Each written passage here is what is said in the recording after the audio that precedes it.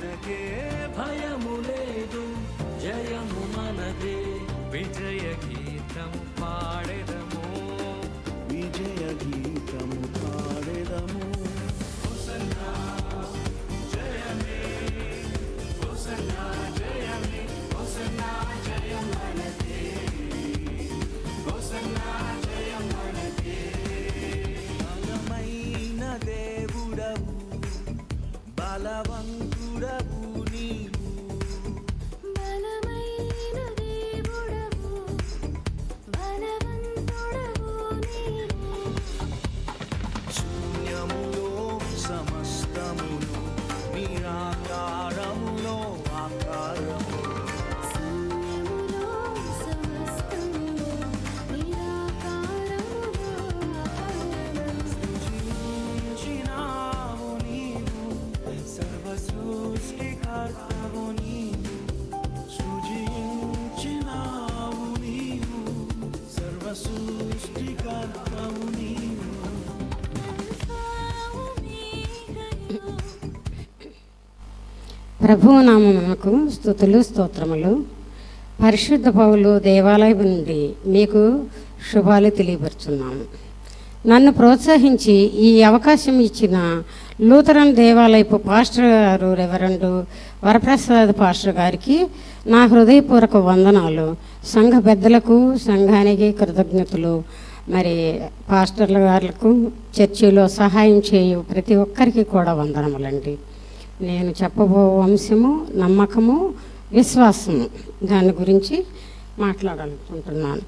మరి చిన్న ప్రార్థన. పరిశుద్ధమైన దేవాని ఘననామమునకు స్తుతుల స్తోత్రములు. ప్రభువా, ఇదిగో ప్రభువా, ఈ సమయంలో నన్ను ఇక్కడ నిలబెట్టి నీ సన్నిధానంలో నా నోటి ద్వారా నాయన ప్రభువా, నాయన నీ వాక్యములు పలికించబోచున్నావు ప్రభువా. నాయన నడిపించమని వేడుకుంటున్నాను ప్రభువా. నాయన ప్రతి ఒక్క విషయాన్ని గురించి కూడా నేను మాటల్లో ప్రభువా నాయన మీరే దగ్గర ఉండి నడిపించమని మా ప్రభు అయిన యేసుక్రీస్తు ద్వారా వేడుకుంటున్నాను తండ్రి. ఆమేన్. నమ్మకం గురించి దావీదు మహారాజుని గురించి మాట్లాడదాం అనుకుంటున్నాను.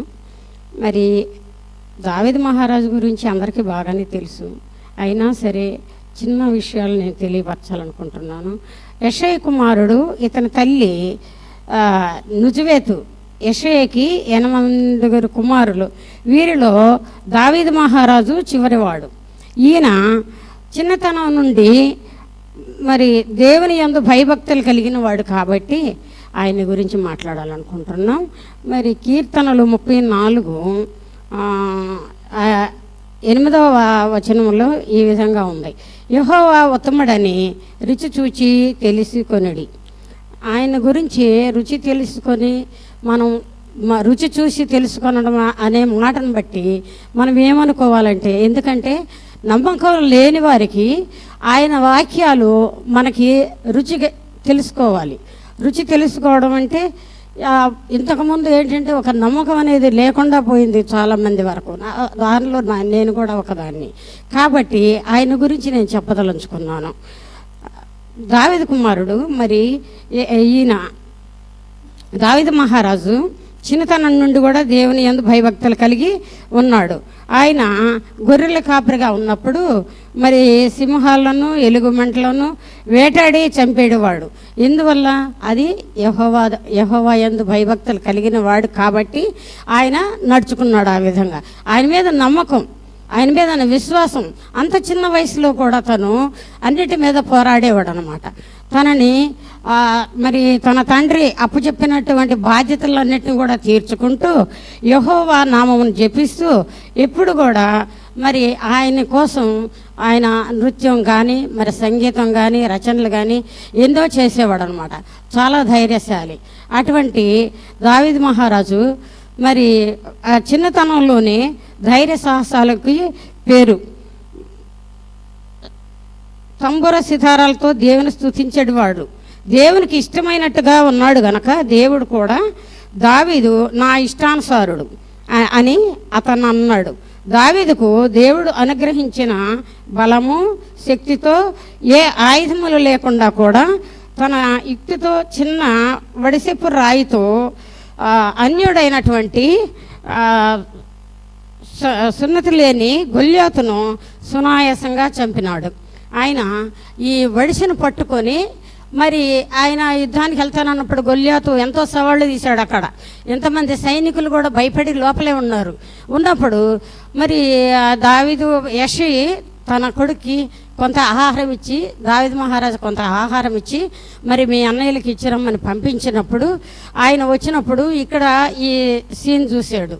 ఈ విధంగా ఈయన్ని బెదిరించడం ఇదంతా చూసి మరి ఏంటి నేనైతే ఎదుర్కొంటాను, మీరెందుకు భయపడుతున్నారు అని అన్నప్పుడు ఆయన ఏం చేశారంటే, అయ్యా నువ్వు ఇంత లేవు, మరి ఇంత చిన్నోడివి, ఈ వయసులో నువ్వు ఆ విధంగా ఆ గొల్యాతను ఎదుర్కోవడం, ఆ గొల్యాత్ అంటే ఆజానుబాహువుడు, మరి అతను నువ్వు ఎదుర్కోవటం నీ వల్ల కాదు, కాబట్టి నువ్వేం చేయాలంటే నువ్వు వచ్చిన దారి నీ పని నువ్వు చూసుకోనని అన్నప్పుడు ఆయన లేదు నేను వెళ్తాను అని సాహసించినప్పుడు మరి వాళ్ళు అక్కడ రాజులు కానీ మరి వాళ్ళు కానీ ఆయనకి ఆయుధాలు అవన్నీ కట్టబెట్టబోయినప్పుడు ఆయన ఒక్కటే అన్నాడు, ఇవన్నీ నాకు అవసరం లేదు, నేను నా ధైర్యంతోనే నేను పోరాడగలను అని చెప్పేసి అవన్నీ వదులుకొని వచ్చేసి ఆయన వడిసె అంటే ఒక బట్ట అనమాట, ఆ బట్టలో రాళ్ళను కట్టుకొని వాటిని బాగా ఇట్లా రౌండ్గా తిప్పేసి కొట్టడం అనమాట.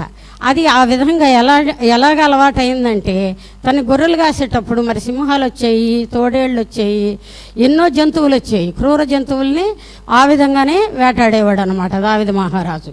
ఆ పద్ధతి ప్రకారంగానే ఇక్కడ కూడా ఆ గొల్యాతుని సునాయాసంగా చంపేసినాడు.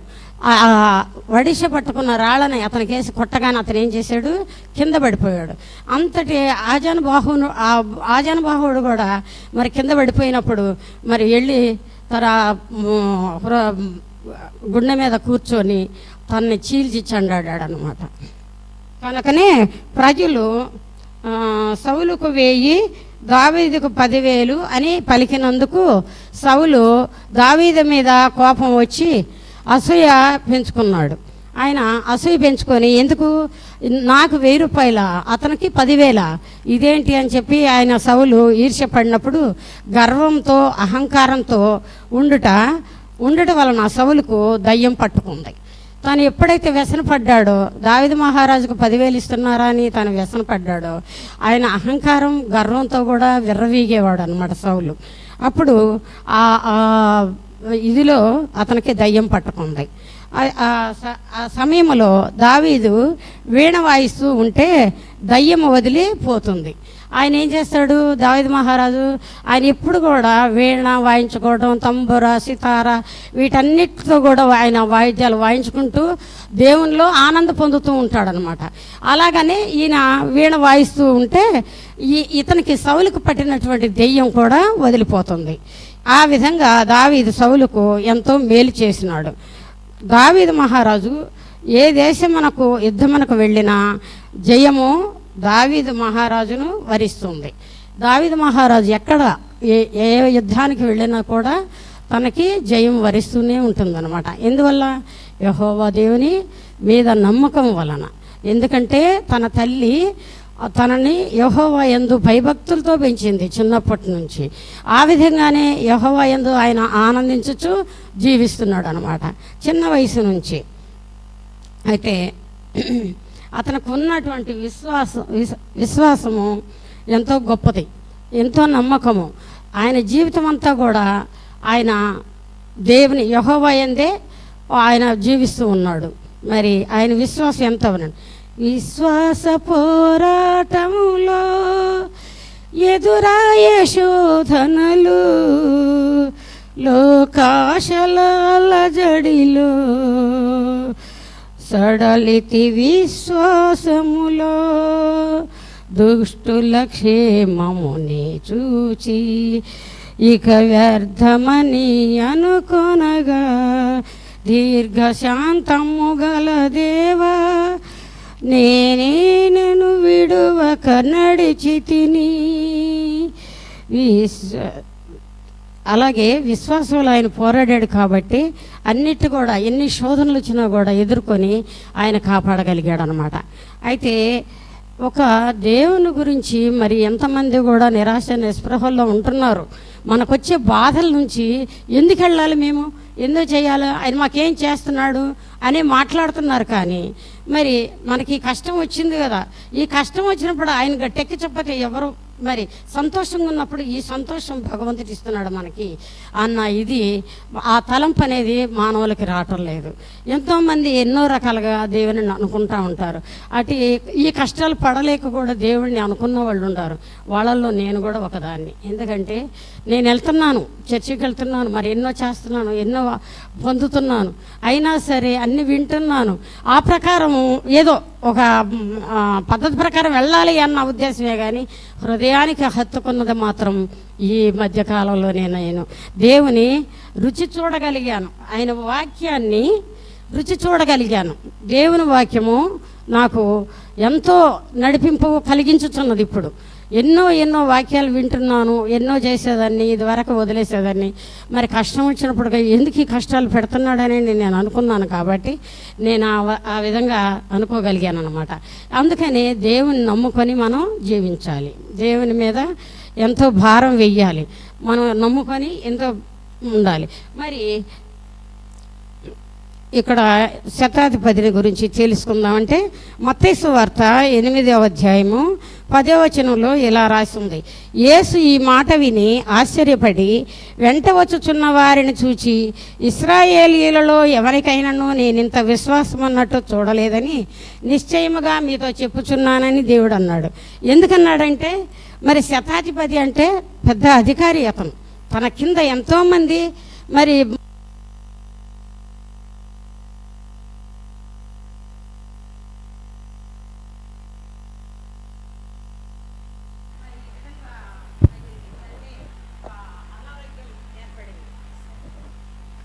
అనారోగ్యం అంటే పక్షవాతం వచ్చింది అతనికి.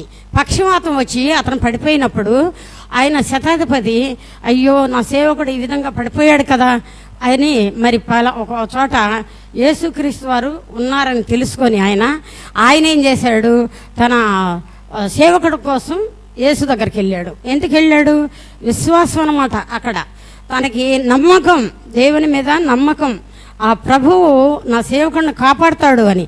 కానీ ఇంత ఉన్నా కూడా ఆయన పెద్ద అధికారి అయ్యుండి కూడా ఆయన ఏం చేస్తాడు, మరి ఎవరినో తన కింద ఉన్న పని వాళ్ళను ఎవరొకరిని పంపించవచ్చు, లేకుంటే అతను ఇంట్లో వాళ్ళని పంపించవచ్చు, ఎవరినైనా పంపించు. కానీ ఆ విధంగా అతను అనుకోలేదు. ఏమన్నాడు? వెళ్ళిపోయాడు. తన అతిశయాన్ని, గర్వాన్ని అన్నిటిని కూడా ఆయన అణుచుకొని వెళ్ళిపోయాడు. అధికారం, అహంకారం అనేది లేదు అతనికి. కాబట్టే ఆ ప్రభు దగ్గరికి వెళ్ళాడు. ప్రభు దగ్గరికి వెళ్ళి, ప్రభువా మరి ఈ విధంగా నా సేవకుడు పడిపోయి ఉన్నాడు కాబట్టి మీరు వచ్చి మరి నా సేవకుడిని బాగు చేయండి అని అంటాడు.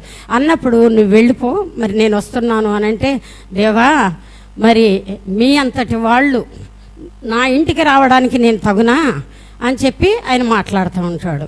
అంటే తన్ను తాను తగ్గించుకోని వాడు హెచ్చింపబడును అనే వాక్యం కూడా ఉంది. మరి మనం ఎంతటి వారము, మరి అంతటి సేనాధిపతి, మరి శతాధిపతి అంతటి అతనే అక్కడ దేవుని దగ్గరికి వెళ్ళి మాట్లాడినప్పుడు యేసుక్రీస్తు వారు మరి ఈయన దగ్గరికి నేనెందుకు వెళ్ళాలి, నేను ఇక్కడ ఉండానని దేవుడు అనుకోలేదు, మరి అతను కూడా అనుకోలేదు. దీన్ని బట్టి మనం కొన్ని నమ్ముకోవాల్సి వస్తుంది. మత్తయి సువార్త 6వ అధ్యాయం 31 నుంచి 31వ వచనం, మన అవసరతల కొరకు యేసుక్రీస్తును నమ్మాలి, నాకు కావలసినవన్నీ దేవుడు ఇస్తాడని యేసు చెప్పారు. మన అవసరతల కొరకు ఆయనపై నమ్మకం ఉంచాలి, ఆయన మన అవసరాలు తీరుస్తాడు. ఏంటంటే ఈ నమ్మకము, విశ్వాసం అనేది ఎక్కడంటే ప్రతిదీ కూడా నా దేవుడు ఉన్నాడు, ఈ కష్టం వచ్చిందని మనం పక్కకు పోవడం కాదు, ఉన్నాడు, మనకు అవన్నీ తీర్చగలడు, చేయగలడు అని మనం నేర్చుకోవాలి. ఎవరి వల్ల నేర్చుకుంటున్నాం? ఎవరి వల్ల నేర్చుకుంటాం? మనకు అన్నీ తెలుస్తున్నాయా? వాక్యాలు చదువుతున్నాం, ఇన్ని చేసుకుంటున్నాం, మన మనసులోకి వస్తున్నాయి. మనం చేయగలమా? చేయలేం. ఎందుకంటే ప్రతి ఆదివారం మనం చర్చికి వెళ్తాము, మరి దైవ సేవకులు మనకు బోధిస్తున్నారు కాబట్టి ఆ బోధనలన్నీ మన మనసుల్లో నింపుకొని ఆ విధంగా నడుచుకోగలం. కానీ మనకు అర్థాలు తెలుస్తాయా? ఈ వాక్యాల అర్థాలు తెలుస్తాయా? మన బుర్రలు పనిచేస్తాయా? చెయ్యవు. ఎందుకంటే మనకి ఒకరు బోధిస్తూ ఉండాలన్నమాట. కలగాల ఏదైనా కూడా రుచి ఎరిగి నడుచుకోవాలి. రుచి చూచి ఎరిగి తిని యెహోవా ఉత్తముడనియు. రుచి చూచి ఎరిగి తిని యెహోవా ఉత్తముడనియు. రక్షకునాశ్రయించి నే ధన్యుడనైతిని.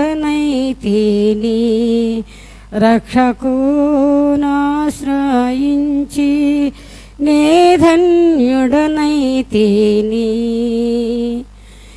గొప్ప దేవుడవు నీవే, స్తుతులకు పాత్రుడ నీవే.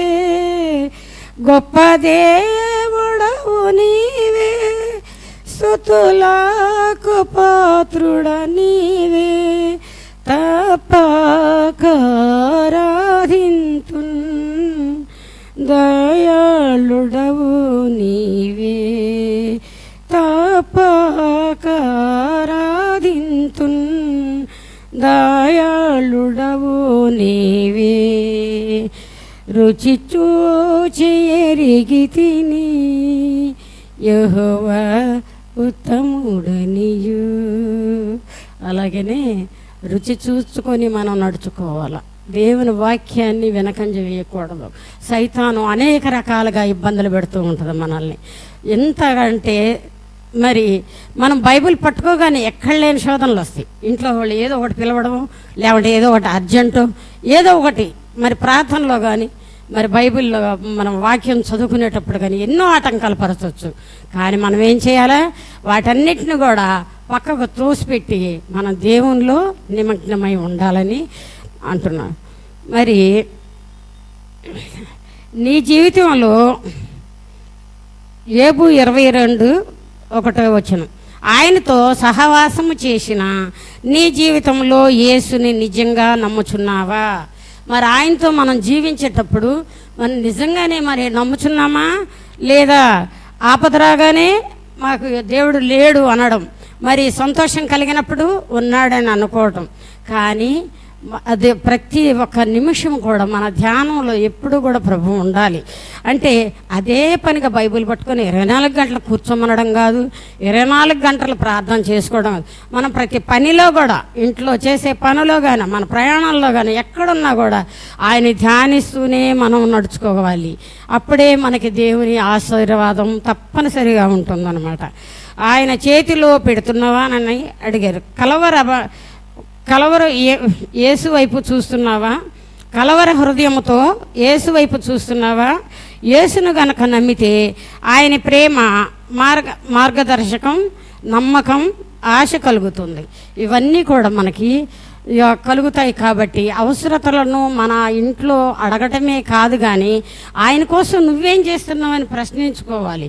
ఆ ప్రశ్న వేసుకున్నప్పుడు అప్పుడు కలుగుతుంది నీకు ఏదైనా కూడా. ఏంటంటే ఇంట్లో మనకి ఎన్నో అవసరతలు ఉంటాయి, ఆర్థికంగా కానీ, పిల్లల ఉద్యోగాలు కానీ, భర్త ఉద్యోగంలో కానీ, పెళ్ళిళ్ళలో కానీ, రాకపోకలు ఎందు, సంతానం విషయాలు, ఇవన్నీ కూడా నువ్వు ఏకరువు పెట్టేటప్పుడు ఆయన కోసం నువ్వేం చేస్తున్నావు, ఏం చేయగలుగుతున్నావని మనం చెప్పుకోగలుగుతున్నాం. చూడండి, అట్టి మరి